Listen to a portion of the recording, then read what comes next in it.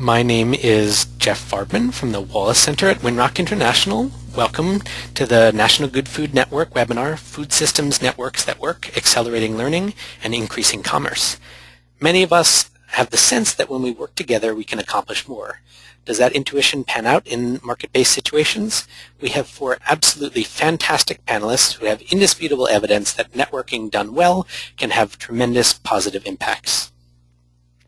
I'd like to give you a very brief technical introduction to the software to help you get the most out of your webinar experience today. We do have a lot of time for questions and answers, and I want you to know exactly how to ask questions of our panelists today. Your webinar screen looks like this, the slide presentation on the left and the control panel on the right. Note that the software sometimes collapses the control panel to make it take up less of your screen. If that happens, just hit that little orange arrow, look in the extreme right side of your screen, and to find the collapsed control panel. And we suggest that you do keep this visible so that you can see any written answers to questions and submit questions of your own. In the control panel, select the View menu. Deselect Auto Hide Control Panel in the View menu to prevent the panel from collapsing again. Over in the control panel is a questions box. You are muted during the presentation, so please use the questions box to type in your questions for our presenters. We will ask as many questions as possible in the Q&A section at the end, but I do encourage you to get your questions in wherever they occur to you. We might have some written answers as well. This webinar will be recorded and archived on the ngfn.org website, so go to ngfn.org/webinars. You'll also find all of the previous NGFN webinars archived there. If you've missed any, that's the place to go, and it's a great place to direct your colleagues with whom you'd like to share this presentation. Finally, I encourage you to complete our post-webinar survey. It'll take just a minute and really helps us to continue to improve our webinars and our outreach. So let me give you an introduction to the Wallace Center. The Wallace Center is a business unit of Winrock International and is the host of the NGFN webinar series. The Wallace Center has been a leading organization in the movement for a more sustainable and equitable food system for over 25 years.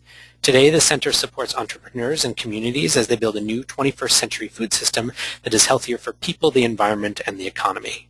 The center serves the growing community of civic, business, and philanthropic organizations involved in building a new good food system in the United States. In particular, we're focused on advancing regional collaborative efforts around the country to move good food, healthy, green, fair, affordable food beyond the direct marketing realm into the larger scale wholesale channels. The National Good Food Network, or NGFN, is an initiative of the Wallace Center. It is structured as a network of networks, ensuring efficient flow of information and innovation from boots-on-the-ground projects to the national level and back down to the grassroots level across the nation. The Wallace Center coordinates and supports the network. The NGFN goals are to work with growers to ensure that there's an abundant supply of good food to meet the high demand, to collect and disseminate the best models, stories, methods, and outcomes, and to ensure that the policymakers are informed about the wonderful successes our network and partners have had so that we can continue to increase support for regional healthy food. You'll learn more about the NGFN as part of this webinar, since it is one of the networks we will discuss. So I will stop there and introduce our esteemed moderator, Rich Pirog. Rich Pirog is Senior Associate Director of the CS Mott Group for Sustainable Food Systems at Michigan State University. From October 1990 to May 2011, he was Associate Director and Program Leader for Marketing and Food Systems at the Leopold Center for Sustainable Agriculture. At the Leopold Center, Rich directed the Value Chain Partnerships Project and led the Regional Food Systems Working Group. He recently led the development of Iowa's Local Food and Farm Plan, which was mandated by the Iowa legislature and includes funding and policy recommendations to develop a stronger local food economy in Iowa. Rich's research and collaborations on local and place-based foods, food networks, and communities of practice, food value chains, and eco-labels has been publicized in magazines and media outlets across the globe, used by local food practitioners, and are often cited in books and college courses. He was one of the founding members of the National Good Food Network, and so I'm very pleased that he is our moderator for this webinar. Thank you very much, Jeff. And it's a pleasure to be the moderator and have a chance to share a few thoughts. And also, I am in very great company here with 3 other friends and colleagues doing work in the Midwest and nationally. So really, really glad to have this opportunity with you all. So I, as Jeff said, I've been at the Center for Regional Food Systems at Michigan State for the last year and 3 months. And what I'm going to do here in this esteemed panel is just give a brief overview of what we really mean when we talk about high-functioning networks and networks that work in food systems, and then we'll actually go through a set of stories with our panelists. We've put this in, rather than in a chronological order, we put it in an order that's, I would say, is based on size, a more local network to state network and to regional and regional to national. So, so with that, just a very quick overview of networks. 4 possible values that I think our panelists have found in our work with networks and food systems is that having these networks function as knowledge and information hubs. Certainly NGFN does that with these webinars. These networks have value by being a catalyst for cooperation, by building trust and capacity across organizations to get more collective impact rather than individual organization isolated impact. By working in networks, you can be a magnet to leverage and attract funding to get the work done. Sometimes it goes beyond just grant funding to investments, and at the local level, in the private sector or government sector. And last, networks can function as scouts because you've got some of the best minds and some of the best intellectual capital available through those networks to be at the cutting edge of new ideas and innovation. So for those of you that watch any TV, you probably remember recently the Capital One cards and what's in your wallet. And the question that really is behind this slide is what's really in your network. And I'd like you to think about the kind of networks that you have in food systems and see where they fit in this characterization. Van Deventer, in his book, Networks That Work, and again, we did partially steal from the title for this webinar from the book, describes 3 types of networks. And these networks vary in their level of risk that's involved and the potential for systemic change. And what we want, we all belong to different networks, and we probably don't want all of our networks to be high risk. Certainly if you're in a bowling league or something like that, maybe you're going to not take as much risk as if you're trying to change the food system. But the point is, as you look at this slide and you look at the collaborating networks, the one at the bottom, the more trust you build, the better the foundation for taking risk and the better the chance for systemic change. Those networks not all networks are alike. These collaborating networks have characteristics such as there are methods to resolve conflicts.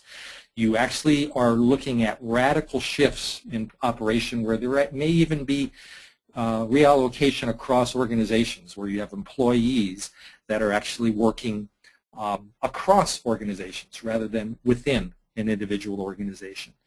And in these types of organizations, high trust, high functioning, willing to take more risk because they're high trust, have a better chance for systemic change.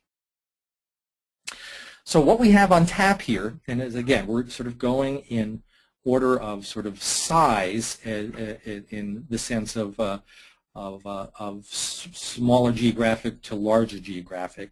We'll be starting with Northeast Iowa and Corey. Then we'll go on, and I will talk a bit about the story that took place in Iowa. It sort of connects very well with Corey's story. We'll then move to Great Lakes and Karen, and then Michigan and national with Marty, and she'll talk about the Michigan Food Hub network that we co-convene and the national network. So with that, I would like to move on, and one other very important thing here, I'd forgotten this slide is here. Keep this in mind as you hear all of these presentations. is that, as we look at networks, networks can't just be the icing on top of the cake, or they can't just be an add-on. It's the fact that a lot of funders don't necessarily look at the collaboration as being essential for the success in a more collective impact that's a problem. As Connie and Kramer state in their publication on collective impact, the expectation that collaboration can occur without a supporting infrastructure is one of the most frequent reasons why it fails. And that is critical here. We need to be able to show that there is a case for keeping that collaboration infrastructure not only functioning, but thriving and flourishing. We will come back to collective impact probably a little later in the slide, but Connie and Kramer state that these 5 criteria are essential: a common agenda across organizations, shared measurement systems, mutually reinforcing activities, continuous communication, and a backbone organization or organizations that worry about the collaboration and plan and manage the initiative so it runs smoothly. With that, I would like to introduce Corey Bregendahl. I had the privilege and pleasure of working with Corey at the Leopold Center, and prior to her joining the Leopold Center in, I think, 2009, in her work for the Center for, I can't remember the exact name, but it was the Center for Regional Rural Development, and Corey will tell you what that exact name is. But I've had that pleasure and privilege of working with her and also collaborating on a recent publication about our work in Iowa called Creating Change in the Food System. So Corey, I'll leave things to you. Thank you, Rich. That was the North Central Regional Center for Rural Development. Okay, thanks to the Wallace Center and the National Good Food Network for hosting this webinar. I'm really excited to talk about networks in Northeast Iowa. And I'd first like to start off with a brief description on the genesis of the Northeast Iowa Food and Fitness Initiative Network, and then transition to some key outcomes that we're seeing as a part of our work. The Northeast Iowa Food and Fitness Initiative began about 6 years ago as the Northeast Iowa Food and Farm Coalition, or the NIF Coalition, which at the time was kind of a loosely organized group of primarily farmers, along with a number of other value chain partners in Northeast Iowa. And this group was led by Cooperative Extension, who was really in a position to facilitate some strategic planning to explore developing a regional food system. And the NIF Coalition applied for and received funding from the Leopold Center, from the Leopold Center's Regional Food System Working Group. Now, the NIF Coalition became the first geographically based food group in Iowa to be funded by RFSWG, this Regional Food Systems Working Group, a statewide network of now 17 regional food groups that Rich will talk more about in his remarks following mine. And about 2 years after the NIF Coalition received funding from the Leopold Center, the W.K. Kellogg Foundation selected Northeast Iowa to become one of 9 food and fitness sites across the country. As a whole, the Food and Fitness Initiative promotes healthy, locally grown foods and active living environments by working to create practice, policy, and systems change, to which Rich referred, with a particular focus on improving the lives of vulnerable children. Oh, okay. I think I have. Now, let's see. Here we go. Here's a map of the 6-county region of Northeast Iowa, which is about the size of Connecticut, and it includes 1,000 people and 20 school districts. And you can see in that little lower right-hand corner those 6 counties that make up the Northeast Iowa region, which are Howard, Winneshiek, Allamakee, Chickasaw, Fayette, and Clayton counties. Now, the vision of the Northeast Iowa Food and Fitness Initiative is to make Iowa a unique place, you can read that here, where all residents and guests experience, celebrate, and promote healthy, locally grown food and abundant opportunities for physical activity and play every day. And in the center of the green concentric circles, you see a Venn diagram depicting the 3 core focus areas and partners. Those 3 focus areas are school wellness, led or coordinated by Luther College, active living, led by Upper Explore Land Regional Planning Commission, and then the food systems work led by ISU, Iowa State University Extension and Outreach. These 3 core areas and partners are supported by youth and their families, school staff and administrators, producers, local officials, and others simply too numerous to mention here. However, in the case of most partners, particularly youth, the change makers are also the beneficiaries. And that is precisely the point of our work. Now, we have 557 active partners working within the initiative, 10% of whom are youth. We have 18 of 20 of the region's community school districts have active school wellness teams that are comprised of a diverse group of people that you can see listed here in the chart. It's comprised of teachers, youth, community members, school administrators, food service staff, parents, and nurses. And those are listed as numbers in that chart. The initiative is focusing very specifically on building the capacity of school wellness teams to create change through the development of their own local networks and then connecting them to each other regionally to sustain the work into the future. Now, Northeast Iowa has been able to leverage more than $4 million for this work in the past 5 years. $1.7 million has come from the W.K. Kellogg Foundation, and for every Kellogg dollar that was invested, the initiative was able to leverage an additional $1.39. Some of that funding was leveraged directly for funding food and fitness initiative efforts, and then some of the funding supported projects that were aligned with our work. The direct funding included garden grants, nutrition grants, funding for AmeriCorps Food Corps staff, farm-to-school funding, and more. Aligned funding included things like value-added producer grants from the USDA or the National 4-H Council, which funded partners but did not directly fund the goals of the initiative. Now, we have some new jobs outcomes, jobs data to report this week, which was generated as a result of this work. We have documented 47 new jobs, full FTE jobs, in the last 2 reporting years, 2010 to 11, 2011 to 2012. And listed here are the types of jobs, which range from fresh food preparation jobs at institutions who are buying more local food to the same job in retail food outlets. There are nutrition coordinators, school outreach coordinators, there are processing jobs that have been created, on-farm labor, and new producers who are owner-operators, as well as jobs that were created to support the work of the initiative, which was funded not by Food and Fitness Initiative funds, but leveraged funds. And then in addition, we have 2 jobs that were expanded among institutions buying locally grown food. Now, I have a few more statistics and numbers for you. We have also been, specifically Teresa Wiemerslag, who is the NIF Coalition Work Group leader and coordinator, she has been tracking local food sales over the past 7 years. And these green bars show sales in thousands of dollars. That's, check out the numbers on the left vertical axis.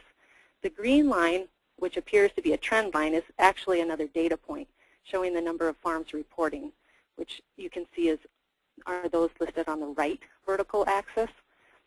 Now, one might argue that the increase we saw this year, in the 2011 tax year, I should say, is the result of a greater number of farmers reporting. And by the way, the total sales for 2011 was more than $3.5 million. But Teresa was able to document actually an increase in sales among 10 returning respondents who reported in both 2011 and 2010. And you can see in this slide that sales increased for those farmers by $1.5 million. And then the last number that I'm going to throw at you is the institutional purchasing. Again, Teresa has been tracking this over the past 7 years as well, and this slide is set up like the previous one, where you have expenditures in thousands of dollars as green bars, and then you have that line of how many institutions that have been reporting, which is the institutional sales is really one slice of the total local food sales, but just for coming from a different source. So we have here cooperating institutions, including schools, food co-ops, and institutional buyers who report their food purchases are up, but not to the extent seen in the previous slides. However, sales did increase $73,000 from 2010 to 2011, and even more significantly, as you can tell from the slide, from 2009 to 2010, despite in that year at least a decrease in the number of institutions reporting. Now, while tracking the local food commerce numbers shows a steady increase in jobs, farm sales, and institutional purchases, we recognize there are some limitations to these data, namely the ability to track the same buyers and sellers year after year. So we've supplemented these data with stories of other kinds of systems change that largely include changes in practices and organizational and institutional policies. In other words, we can see from the numbers that the environment for local foods commerce is changing in Northeast Iowa, but so too is access to healthy, locally grown food and active living environments among our partners. So focusing strictly on the numbers distracts us somewhat from the reason for doing this, but which is really to create healthy communities across the region. So I just want to close up here with some indicators we're tracking, which include changing job descriptions. Northeast Iowa saw some vacancies in the community school districts, and the Postville School District, there was a vacancy in the food service director position, where in Postville, 71% of children there are eligible for free or reduced school lunch program. And this prompted a rewrite of the job description to include duties to buy local food, cook food from scratch, and serve as the school wellness coordinator. And the vacancy in a physical education teacher position prompted another job description rewrite, and now includes duties to serve as the Food and Fitness Initiative youth coordinator or youth coach. A purchase agreement between Luther College and Grown Locally, a producer cooperative, outlines conditions for the procurement of local food at Luther while providing a stable and assured market for producers. And school practices and policies are changing as well. In the Riceville School District, for example, parents are required to write a note detailing why their child is not participating in Walking Wednesdays, which is held once a month. So these students are dropped off in a central location off campus and are led to school by an adult volunteer. There are other change stories as well. There's a 6-county regional extension council now as a result of a memorandum of agreement, and they have formed this regional council that's funding 2 full-time extension positions to work for the Food and Fitness Initiative. And then finally, there are other signs of practice change emerging at the state level as well. The Agriculture and Natural Resources Program area within ISU Extension and Outreach has declared local and regional food systems a strategic initiative, which essentially means that extension staff performance can be evaluated based on their work in food systems. This is a major milestone. And then I'd like to close by emphasizing that the work of creating and supporting networks, it's difficult, it's endless, and you may find it's often underfunded, but it leads to deep change. And the work of building relationships and networks is essential for building the capacity of the partners who are needed to make that change happen. Networks are necessarily a part of what Marjorie Kelly calls generative economies in her new book, Owning Our Future. And these economies are grounded in partnerships with a goal of serving the common good, much like our work in Northeast Iowa. Thank you. Thank you very much, Corey. I think it's important to also mention here as we go forward that we've heard of Kevin Bacon and the 6 degrees of separation, and there really aren't any degrees of separation between these stories in the fact that all of us actually have learned from each other, either learning about the other's work or working together. And that kind of sort of nestedness in the networks really makes the work even more powerful. So even though I'm here at the Center for Regional Food Systems, as we discuss this panel, it seemed appropriate for me to share a bit more about the Iowa network that is connected very directly with the work up in Northeast Iowa. And that network, which functioned for about 10 years, was called Value Chain Partnerships. Value Chain Partnerships was an Iowa-based network of food and ag working groups that had, over time, actually 9 groups. You're actually seeing 6 of them here in one of the later iterations. It functioned from about 2002 through 2010 and 11. Some of these work groups are still functioning yet today. And the whole idea behind these work groups was to build the kind of networks that would bring together the kind of environments where there was enough enough trust to build strong relationships across organizations to provide more coordinated technical assistance and in some cases financial or other types of assistance to different members of the value chain, whether they be in niche pork or local and regional food or in grass-based livestock, or in the case of food access and health, trying to be able to get good food to underserved communities. I'll talk specifically about the Regional Food Systems Work Group, which Corey referenced, and the Northeast Food and Farm Coalition that Corey mentioned did receive some initial funding and was one of the first local networks in this Regional Food Systems Work Group, which was a network of network. And as of this slide, which was developed in 2011, there were 17 different local groups in the state of Iowa. As a funder, the Leopold Center took a very different approach in this work and looked at being a convener in a network rather than just a funder of grants. And so by taking an approach with assistance from other funders, using their resources, we actually changed from a model of funding and doing seed funding for these individual networks as us as the funder to a shared model where the existing networks actually had an equal say, actually a larger say, in who would be the new local networks. I, as representing the Leopold Center, had one vote, and each of the existing networks, as we moved from 1 to 3 to 6 to 17, all had a vote as well. And it really created this sense of ownership. It was a very different funding model, and we're talking about small amounts of money, but this whole idea of reciprocity, about paying it forward, was a lot stronger because of that type of funding model. We also, each of these groups was working in food systems, but probably had a little different goal and focus. But because we were together, we met quarterly, we used as much as possible a servant leadership model. These groups really developed rapport with each other. We saw, and Corey did the evaluation for this. We don't have the slide space in this panel to give all those details, but there was increase in trust, increase in partnerships with new organizations, many other things that Corey, in her evaluation, was able to document.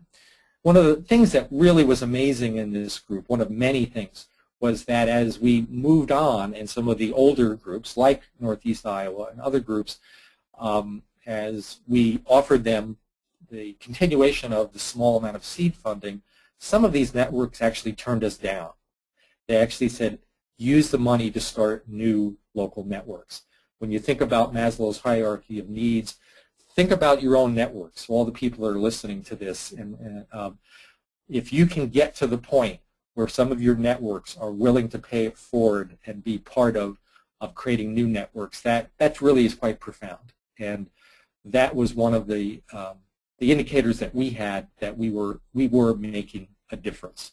People were willing to pay it forward.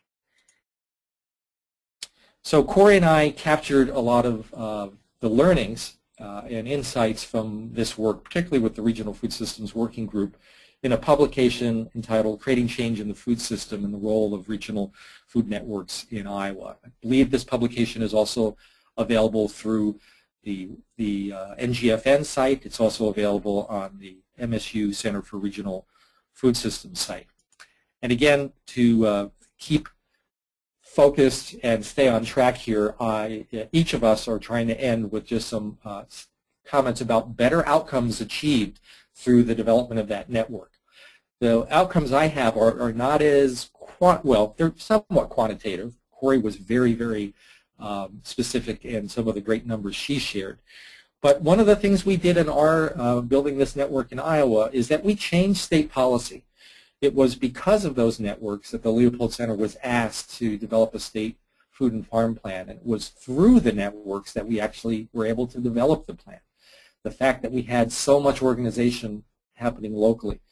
The food and farm plan actually was instrumental in creating legislation. We actually had the legislature appropriate money in 2011 and again in 2012 In addition, because of the kind of collaboration and networks that we had, where we were building education and research and investing in local and regional food systems, a number of Iowa counties actually started investing. And in turn, that opened up new opportunities with foundations and other grant opportunities, because the counties said, this is important. We have skin in the game now. And because they did, more financial opportunities opened up. We really don't have a good number to put, if you just looked at Northeast Iowa alone and Corey's numbers, what she shared, there's lots of leveraging. But there were a lot of leveraging happening with many of the other groups around the state as well. And again, this idea of reciprocity and paying it forward was really happening in these groups. These groups felt an obligation to help each other, in part because we created that space and we created the kind of conditions for them to want to help each other, because there was a payoff in helping each other. So I'd like to move on and introduce the next esteemed panelist here, my colleague and friend, Karen Lehman. Karen is the director of the Fresh Taste Initiative, and I'm sure Karen will take a minute to explain that initiative.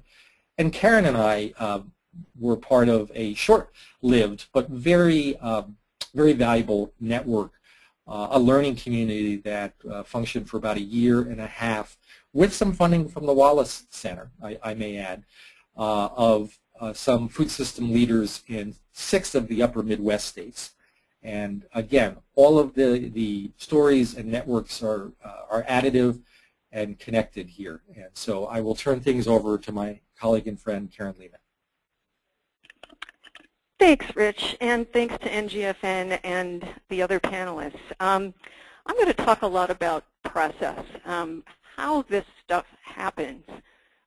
First of all, Fresh Taste, just to give you a little background on who I am and what we do.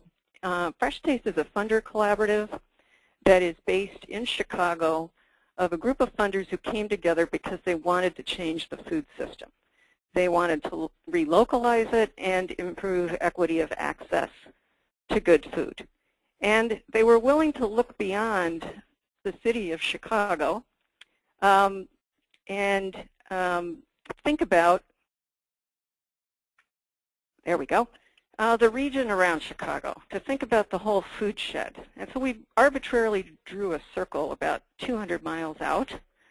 And the vision was, okay, let's see if residents in Chicago can mostly eat healthy, locally produced fruits, vegetables, grains from this region. But we had some ideas about how we wanted that to happen. We don't necessarily want it to look like a big industrial agriculture farm. We wanted smaller regions within this larger territory that have kind of a density of production that would promote community wealth creation and also then effectively bring produce and other kinds of food into the city of Chicago itself and the Chicago region. And so my conversation now is about the Great Lakes Food Hub Network, which when you look at that circle again, we pulled together a group of people who were in organizations that were growing, aggregating, and distributing food in this region. And we got a couple ringers, too. We got very interested in the Evergreen Co-ops in Cleveland, which are worker-owned cooperatives, one of which is a 3.5-acre greenhouse under construction right now. And in western Pennsylvania, an organization, Hollymead Capital, that was really trying to figure out how to develop an approach to developing food hubs that integrated interesting finance models. So we invited them. We didn't know that we were actually going to create a network, but what we did know was that we wanted to have it focused on practitioners. So we brought a group of practitioners together. And we defined practitioners very loosely as people who are trying to do stuff, actually put some skin in the game, create something new, or expand something that they already had, people who were really wrestling with the day-to-day challenges of building a food system. In addition to those folks, though, we brought together some advisors, people who may be investors, people who have experience in economic development, in IT, and I'm making it sound like this is really, really intentional, but I can tell you that this was really almost like a big accident. We brought this group of about 14 organizations together, and in the course of our first conversation, it became clear that they felt they had a lot to learn from each other. And in the course of those conversations, we started to realize that there was an opportunity to have almost what we called the hub of hubs, only we called it Hubba Hubba just for fun. This is a picture of us at a gathering last July, and we called it the Great Lakes Food Hub Network Hub Crawl 2011. And our process was, in that first meeting, folks just got together and agreed to explore. And we started using open space technology, which is a way to build on the interests and assets of a group without having a pre-designed agenda. And we have organized every single one of our meetings that way. We don't know exactly what we're going to talk about. But after that first meeting, it became clear that we needed to meet again, so we met in May of 2011 and arrived at a set of shared principles, with our tagline being Assume Goodwill.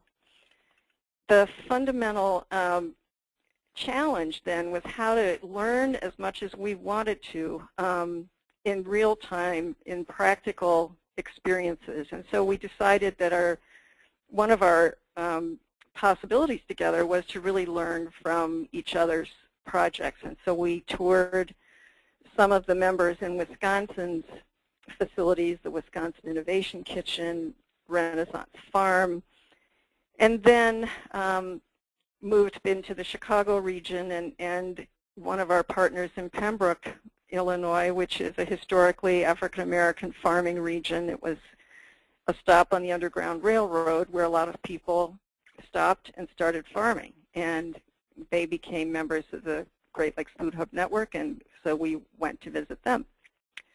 And our most recent meetings were in conjunction with the NGFN's Food Hub convening, and next we're going to meet in Chicago.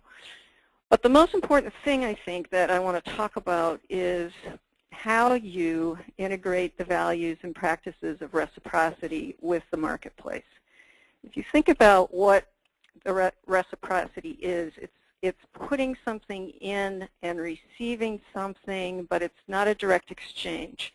It's creating an opportunity to circulate gifts and contributions among a network of people, building a commons of resources.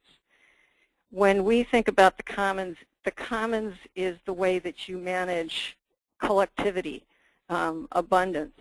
The market is really good at managing scarcity and resources and production. And so our question was, how can we do that? How can we link both of those and create a network that is based on both of those logics and ways of doing things? So we ended up coming up with a set of principles that require members, this was their agreement, to base dealings on with each other on an ethic of sharing as well as individual self-interest. Most people think about business as being fundamentally about self-interest. We are exploring what does it mean if you build a collaborative view of business. What if in your startup you're not just thinking about your own businesses, but you're thinking about other people's businesses? So one of the initial things people agreed was that they wanted to share as much as possible and to create the kind of environment where that sharing and trust could develop, with the idea that trust itself may be a way to reduce transaction costs. What are people going to do if in an economy and in a system where margins are very slim, where there is tremendous concentration in other elements of the food system, there needs to be some comparative advantage, and we thought that trust might be one of ours. The idea of conducting the organization or the network as a learning community. And also then, in a practical sense, drawing on different members' capacities to provide technical assistance. So people have been deciding among themselves, okay, what do I want to be paid for? And what am I willing to give? How am I willing to help another business in the network? And when do I want to be hired as a consultant? And it's a very interesting process as people go through that set of decisions about, that's the part about the market and the commons. What am I going to pay into the commons, pay it forward, as Rich was saying, and what do I want to be compensated for as a business person? So what's interesting about this now is that because the metaphor we use is, this is the difference between the New York City subway and the Japanese bullet train. It's going to be very difficult for New York City to build a bullet train because they have an existing infrastructure that is pretty entrenched. The businesses that are part of the Great Lakes Food Hub Network are all fairly early stage. They're either startup or in expansion. And so they are able to think about building new systems together. So this idea of, from the outset, thinking about their work as part of a set of linked initiatives, both formal and informal, has had some very interesting outcomes. We have several businesses that are working across state lines to build some new business opportunities. We have at least one LLC that has formed among several businesses in the network. We have a couple of businesses that are planning on co-locating in several years so that they can build more off each other's enterprises. We have done some collaborative fundraising. So I think we got $99,000 in an RBEG to experiment with a minimal hub approach, which is to develop on-farm processing, aggregation of potentially just a dock and a cooler that is close enough to a major transportation artery that a less than load carrier can stop off to pick it up. The goal being to reduce the cost for farmers in transportation. We helped Black Oak Center in the Pembroke area get a beginning farmer rancher grant to train a new generation of African American farmers, and to be part of this network to see, as they go forward, to build right into some of the businesses that are already existing there and also be part of that minimal hub development strategy. The most important piece might be this next point about social agreements. We have spent a great deal of time thinking about what kind of agreements we need to have among the members of the group to keep promoting trust, to keep that the space open enough so that the innovation can continue without people feeling threatened that important business proprietary information isn't broadcast, which is a real challenge. But I think we have found some ways to do that. And it has resulted then in people collaborating on things like a shared IT platform and being able to consult to one another because there is enough trust that you would allow another organization in the network to consult. So I think we are in that bottom layer, that level of the diagram that Rich shared with us, in that collaborating space. And this point about having the kinds of agreements that enable you to manage conflict and deal with it constructively is one of the critical points. And I'll just close by saying that for those of you who think you need a lot of money to do these things, this has essentially been done through our staff support and through the labor of all of the members of the group. There has not been any money into the overall organization of the network. We decided we wanted to wait until we knew what it was going to be before we tried to raise funds for it. So we've raised money for these particular projects that end up serving the network as a whole. But we did develop an idea of writing collaborative grants where 80% of the grant could be for the individual organization and 20% could be for some function that would serve the whole. And so that is one of the strategies that we'll use going forward. And with that, I will close. Thank you. Thank you very much, Karen. I'd like to introduce the fourth and last of our panelists, Marty Gerenser. I've had the opportunity and privilege to work with Marty in the early days of the National Good Food Network, and currently as we co-convene the Michigan statewide Food Hub Learning and Innovation Network. Marty has her own consulting firm, and without further ado, we have Marty Gerenser. Thank you, Rich. Wanted to go through Michigan Network, a statewide network. We talked about the common goal of Food Hub's growth here in Michigan. It's our Michigan Learning and Innovation Network. And the early results, we've just really come together in a more organized way over the past 6 months, and we're able to. The Michigan Department of Ag was able to secure funding, almost $2 million, for seed grants for re-grants to food hubs and value-added projects.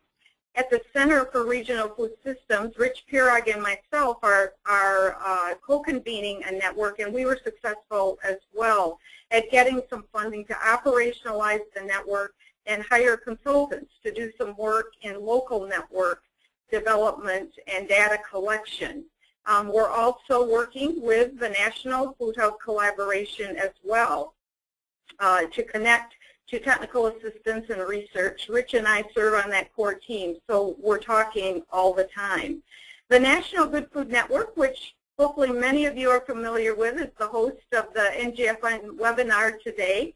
Our common goal for the national network is farmer capacity building and regional supply chains growth to accelerate regional food systems work in economies around the nation. And we started with really expanding outreach and connecting to folks around the country that had this type of common interest. And that's how the NGFN Food Hub collaboration was formed. USDA AMS had a particular interest in partnering with the Wallace Center and the NGFN because of our outreach and because of our connection to other supply chain participants and food hub operators around the country, which to date we've been successful at getting $1 million plus in doing this work. And many of you on the call, on the webinar, are familiar with the Food Hub collaboration. We're offering technical assistance and outreach and research of different types in an effort to build food hub growth.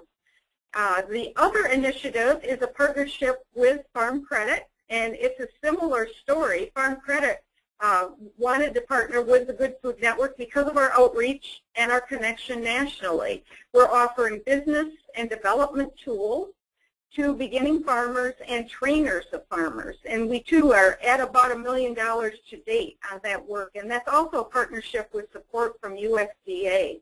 Here's a look at our nested network that we talked about earlier in the presentation. The state network talks with the regional network, and we all talk together with the national network. We, in this particular case, wear multiple hats, and there are participants that participate in all three networks and find value in that. So it's really important for us to communicate, offer conferences that are complementary and not duplicating information, although some information is worth repeating, have a particular focus based on the goals of our respective networks. So what's the payoff? This is what we have talked throughout the presentations, and this is sort of just bringing it together. Commerce, increased sales to organizations and to projects, and funding to new projects. And you saw several examples earlier on. We're also seeing that funders are increasingly looking at collaborations and funding collaborations.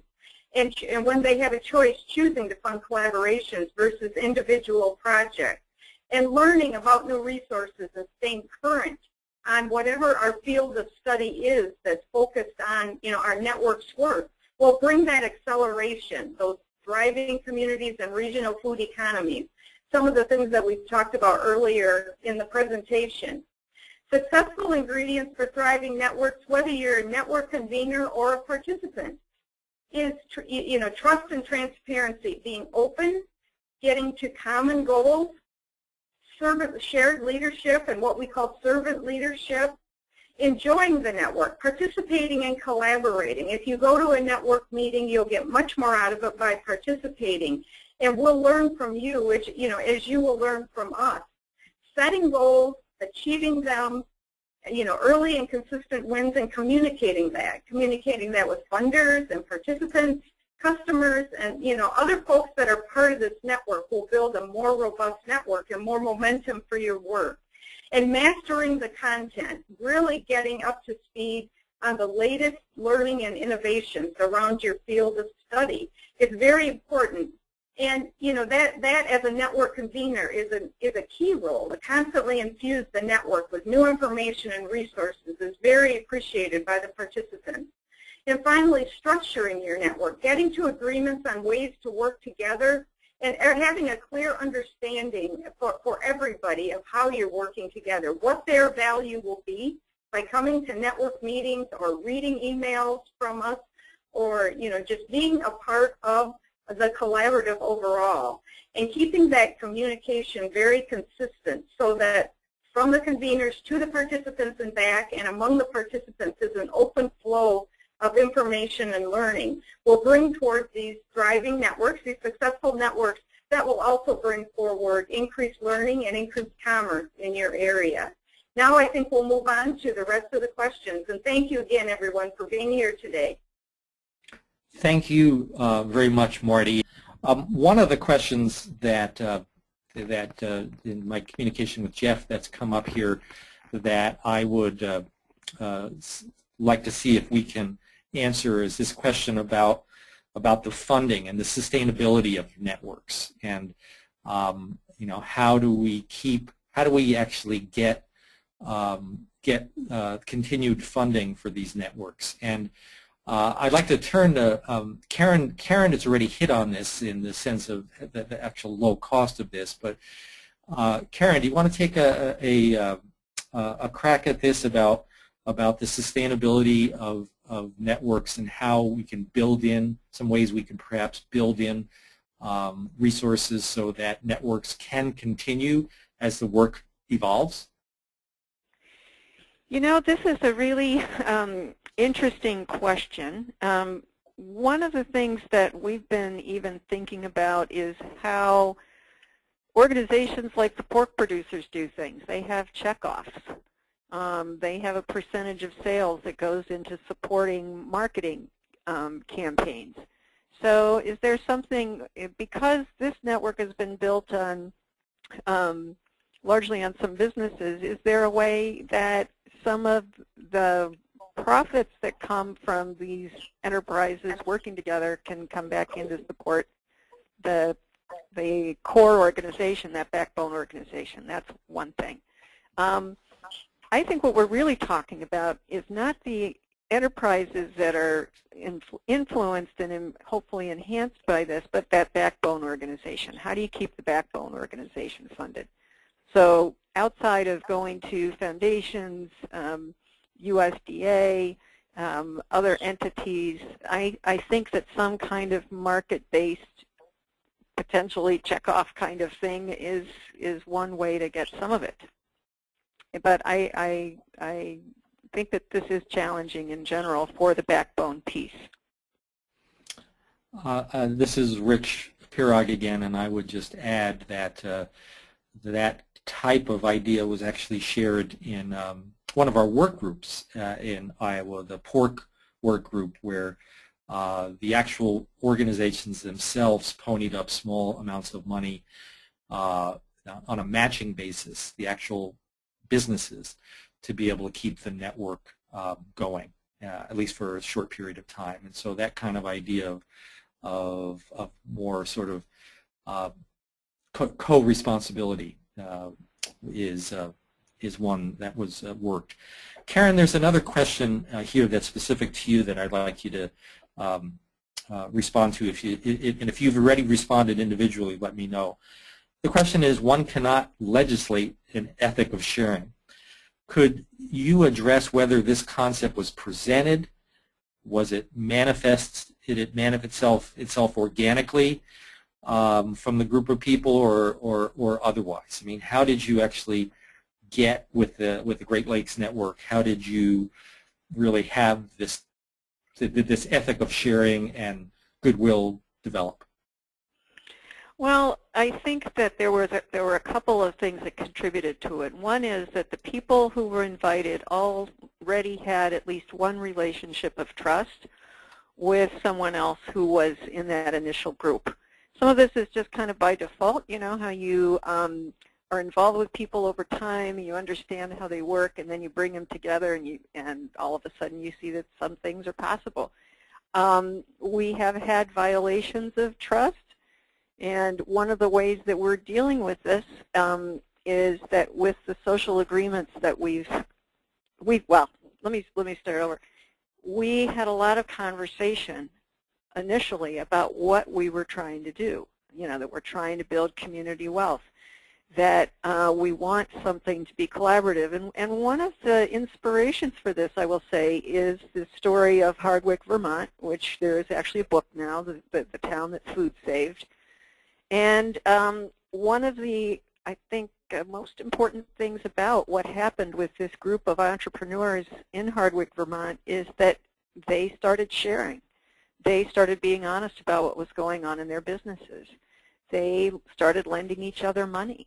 They met frequently. And so they've created something that we were inspired by. But it also happened that this particular group of people had all in the back of their minds the Mondragon co-op model, which is, for those who don't know about it, it's a Basque region of Spain. It has a very large network of co-ops that are held by a holding co-op. And so they began to think about from the beginning that these are businesses that could be connected, but that in order to do that, you need to be able to trust each other. Otherwise, if you can't share, you can't get anywhere.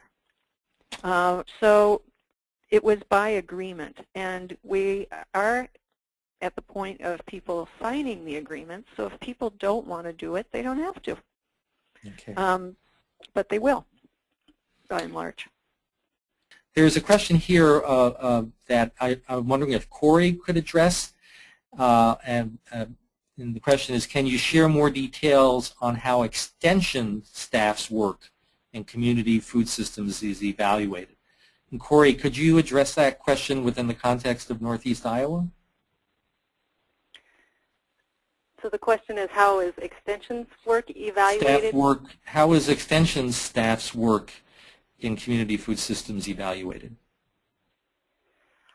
I'm not exactly sure how Extension is evaluating it, but with that change in the strategic initiative, they can therefore get credit, if you will, for doing that work, and it appears in their plan of work, and so they can get credit, again, if you will, through the Cooperative Extension Service.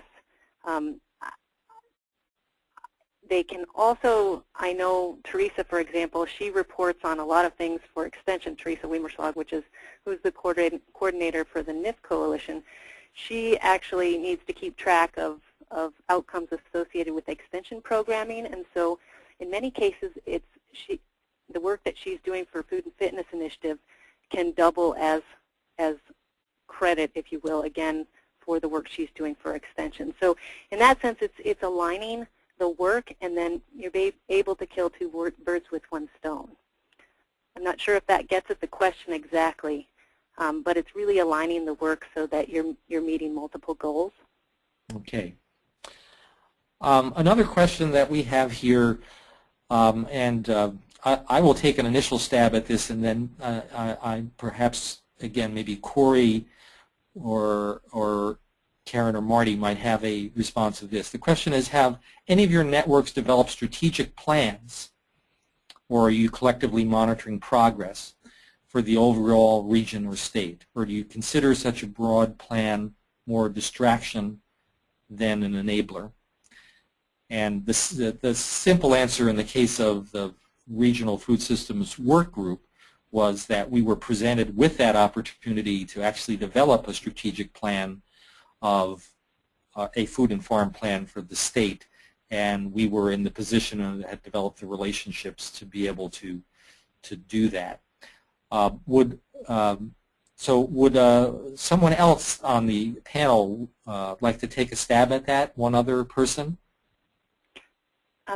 This is Corey. I would say absolutely yes for Northeast Iowa Food Fitness Initiative. They had that strategic plan outlined before they implemented the work and before they could receive the funding, and they have a vision. They have strategies, very specific strategies outlined. They have 3 strategies and then tactics listed, how to meet those strategies, and then activities. So absolutely, they need that vision and that plan to keep informing all of their partners as partners come and partners go. Most of them stay, but in some cases they go and they have new partners. And so this is a way to really bring them into the fold and let them know exactly what is the reason, the overall connection between all of their work. Okay. Another question here. I've noticed how central the concept of a learning community is to much of this network building work. Do any of the panelists have suggestions for how this kind of community can be best cultivated, considering how diverse stakeholder and practitioner interests can be? So would either Karen or Marty like to take a crack at that one? Would you repeat that?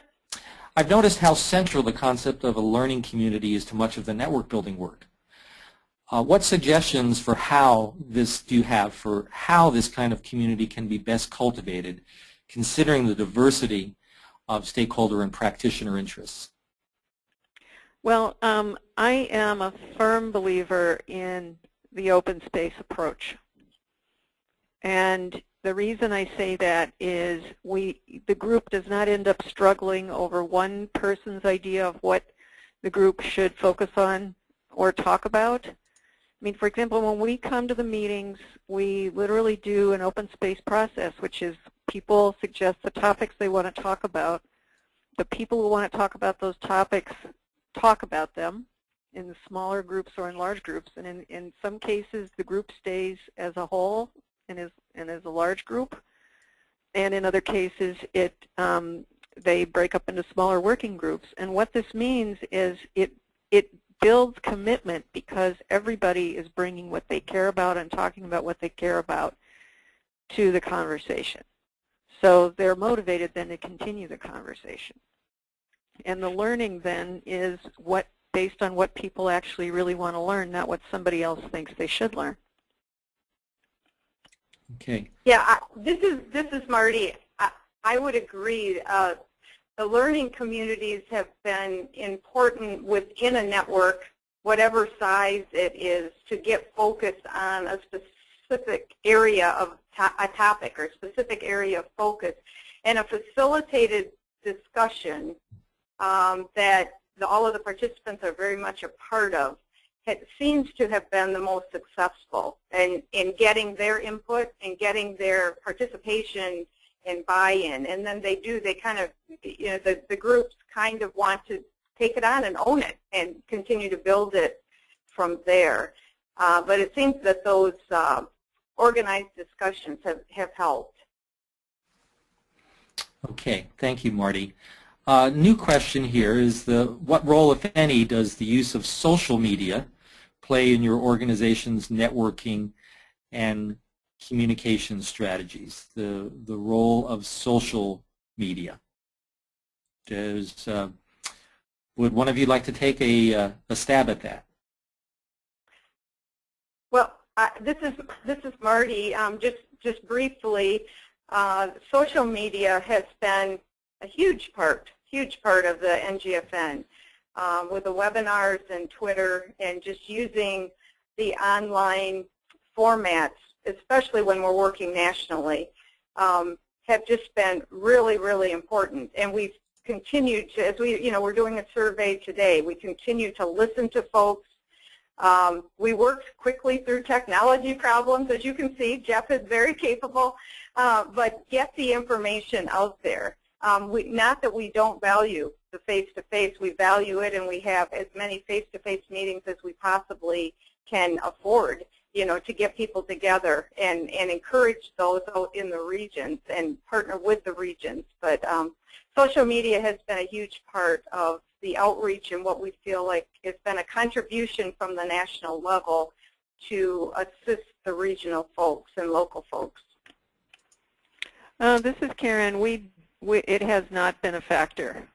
For us, what's mattered most is face-to-face contact. When we get together, all of those meetings I showed you were 2-day retreats, 2 even to 3 days. And it's amazing, but people took that amount of time to come together, and I think that's why we get to the level of trust that we have. Not to say that social media wouldn't help, but we have a Google group, and that's about it, and email.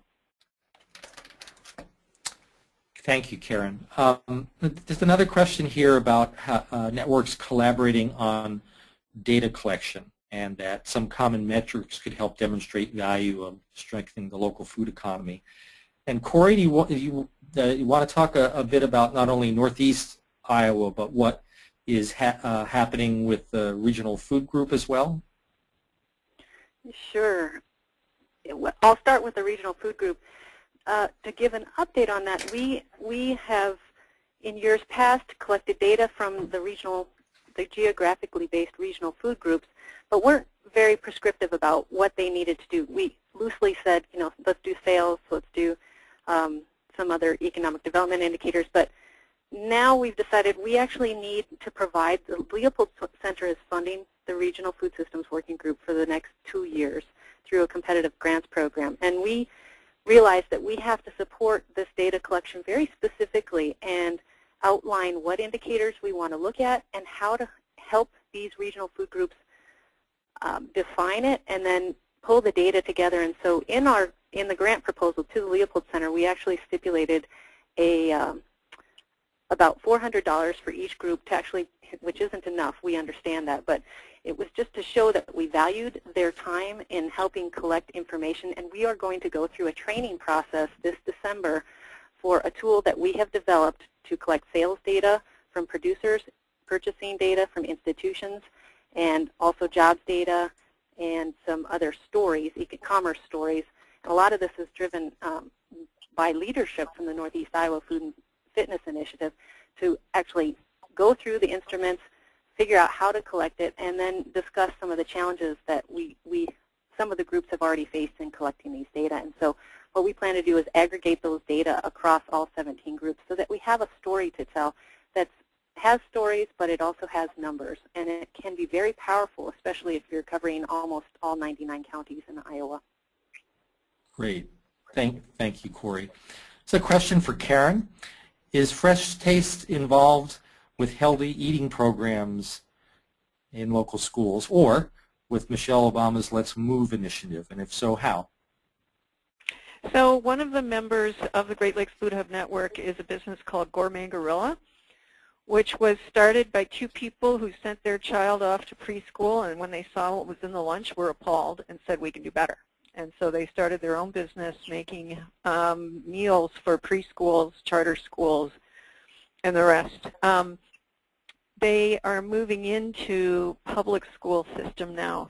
There's no formal relationship with Let's Move, but there is a really strong focus among the businesses on providing good food to people who most need it. Okay. Thank you, Karen. Another question here is, to what degree have colleges and universities played in a role in the development of these hubs, not just as a purchaser, but providing the education and the resources for the distribution and aggregation?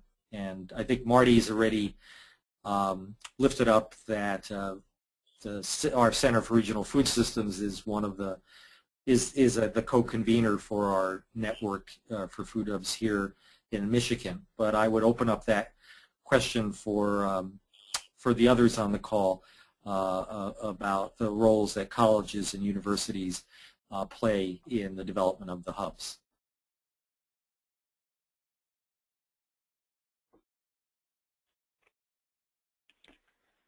In our case, there is one member of the Great Lakes Food Hub Network that for our Rural Business Enterprise Grant from USDA Rural Development, the receiving organization, the partner organization, is Heartland Community College, which is dedicating a staff member to this initiative to explore the development of these minimal on-farm food hubs. So that's been a great partnership. It has been more on the implementation level. It's not so much on research, but they will be helping with evaluation and creating the story that comes out or sharing the story that comes out of that experience. Okay. Karen, we'll stay with you for just the next question, a short one. Where to go for advice on open space technology or other type of similar system training? The great thing about open space is that it is like falling off a log to do it. You go online and you just Google open space technology. There are just 3 or 4 basic principles. There is a short materials list, and you can use it with groups as small as, from 5 to 1,000. Okay. So, and I'm happy to talk to anybody who wants to learn more about it too. But simply put, if they just Google this, they're more than likely to find some good advice. Yes, the guides are online. Okay. So another question we have is anyone tracking the number and strength of linkages and relationships within their networks?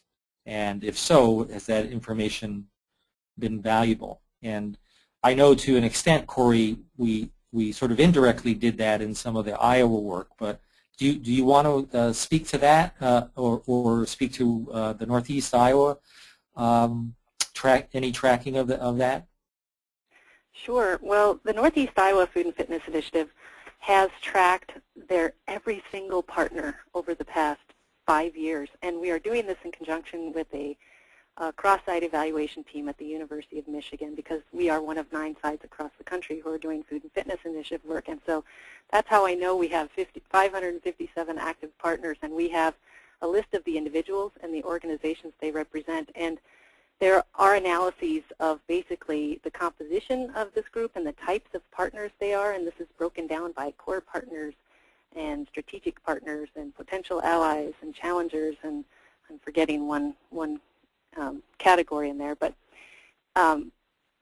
we are tracking that. In terms of the strength of it, I know with REFASWIG we actually did some surveys about who was involved and who was partnering with each other, and we have some good data on that is available online. We have an evaluation report from that, and we also have the stories to back it up because we did interviews and we discussed it sort of perhaps more peripherally.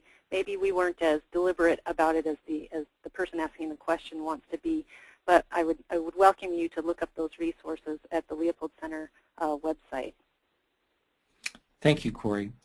I'm looking at our time, and I see one additional question that Jeff has flagged here for me, and I think maybe we'll end with this and turn it back over to Jeff after we get a response or two here. And I think it's a very it's a question obviously that could apply to all of us, is could we share a major challenge that we had in the development phase of our networks and explain how that that challenge was overcome? A major challenge we had in the development of the network and how it was overcome. And I'll start with very briefly in the Regional Food Systems Work Group, which started in 2003.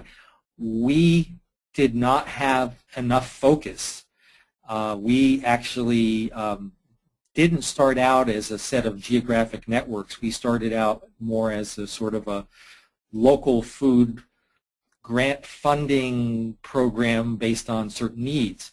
But it was clear that that approach was not focused enough, and through the people that had commitments in the group, we moved in 2006 to a geographic approach, and that was it. It was really, it really gelled, and we were able to actually build the kind of container for trust and the kind of synergies across people and partners that we weren't seeing by just doing a more traditional grant administration program that included some convening. So I'd open this up to one other panelist to share a major challenge they had during the development phase and how it was overcome. Well, this is Marty. I can second that, you know, in the beginning of the Good Food Network and with the beginning of the communities of practice within each of those initiatives of the Good Food Network, it takes time, and you just have to give the partners that time, and some key partners will move out and other key partners will move in, and moving toward trust and goals and structure, how you're going to work together, how you're going to apply for funding. I think Karen mentioned earlier, sort of how that all will work takes time to figure out. It's important to work on, but you have roadmaps for how to build networks, but not how to build a particular network with a particular set of people. So I would say to give yourself more time. Probably sometimes we were too impatient and wanted things to happen too fast.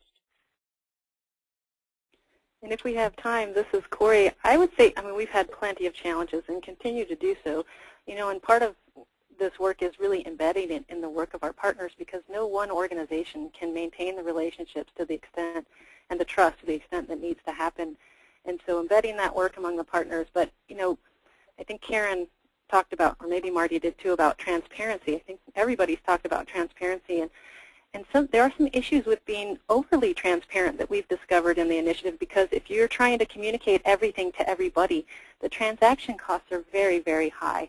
You want to communicate, but you want to keep the communication so that it's effective, it's efficient, and you can move on and make decisions. But if you're over-communicating and everybody is deciding about every little detail, then it's laborious and it's cumbersome, and people can become disinterested or disengaged. And so, you know, striking that balance has been really critical for the Northeast Iowa Food and Fitness Initiative. Great, thank you, Corey. We're getting close to closing, and we've been able to answer quite a few questions. I'm going to turn things back over to our coordinator at NGFN, Jeff Fardman. Thanks, Rich. I want to thank you, Rich and Corey and Karen and Marty.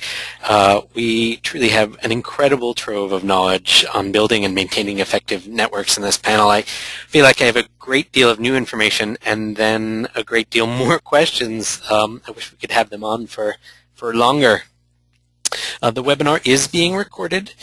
We will have it archived on our website along with the 40 other webinars we've done in the past. Feel free to send others who you think would have liked to have heard this panel, and take some professional development time for yourself and dig through our excellent archive. If you go to ngfn.org/webinars, this webinar will be up within a few business days. Our webinars are organized into topics, so if you look in the left-hand navigation area, you can dig into the topics that interest you. We offer our NGFN webinars on the third Thursday of each month at 3:30 p.m. Eastern Time. Sign-up links are always at ngfn.org/webinars. The next webinar, October 18, we will look at marketing healthy food to underserved consumers. Is marketing to this segment different? It is. We'll present some of the principles to keep in mind when marketing healthy food to traditionally underserved consumers and showcase a stellar example of success. And to work around Thanksgiving, we'll have our November webinar after Thanksgiving, when we're all happy, on the 29th of November. The Wallace HuFed Center has been studying market-based food access work for 3 years. We're creating a report of all that we've learned. This webinar will be a sneak peek into our insights. Don't miss market-based models for increasing access to healthy food, defining what works. You can indicate that you'd like to be automatically registered for each of either or both of these upcoming webinars in the post-webinar survey, so feel free to take advantage of that. I want to let you know about 3 other Wallace Center websites. foodhub.info came up in this presentation. It's a food hub of information, research, case studies, a map of many of the food hubs across the country, even links to TA providers and experience in aggregation and distribution. If you are a TA provider or a consultant on this call, you should take some time and create or update your profile on NGFN.org. This is becoming an established place for those in need of assistance to find your help, so you want to be listed there. There are over 200 individuals and organizations, and that number is growing. Click on the database link. Moreover, we are soliciting resumes from technical assistance providers and experts. That information also in the post-webinar survey. Please indicate that you are interested in learning more about that opportunity. HuFed.org is our website for the Healthy Urban Food Enterprise Development Center run by the Wallace Center. This program and its website is focused on increasing access to food to underserved communities using market-based solutions. On the site, you'll find a description of the initiative, grantee profiles and photos, and a library of some of the best food access resources. If you have a resource you'd like to share, let us know. Contact@ngfn.org or hufed@winrock.org. And foodshedguide.org is our site for producers wanting to adapt to the changing food business landscape. We have instructive text and case studies with an emphasis on how to have a viable business in a food value chain. Learn about, for instance, factors to consider when deciding on legal status such as LLC or C Corp. Visit foodshedguide.org for more. You can find the NGFN on YouTube, Twitter, on our website, ngfn.org. The Wallace Center is now also on Facebook. Come like us. Search for Wallace Center at Winrock International. Again, if you haven't already, sign up for our email updates. There's a link on the ngfn.org homepage, or just let us know in the post-webinar survey. We'll sign you up. Contact us anytime. Our email address is contact@ngfn.org. The NGFN would like to thank you for your time and your fantastic questions. I wish we could have gotten to all of them. Once again, let me encourage you to fill out that survey. It should open in your web browser in just a moment. And this concludes the webinar.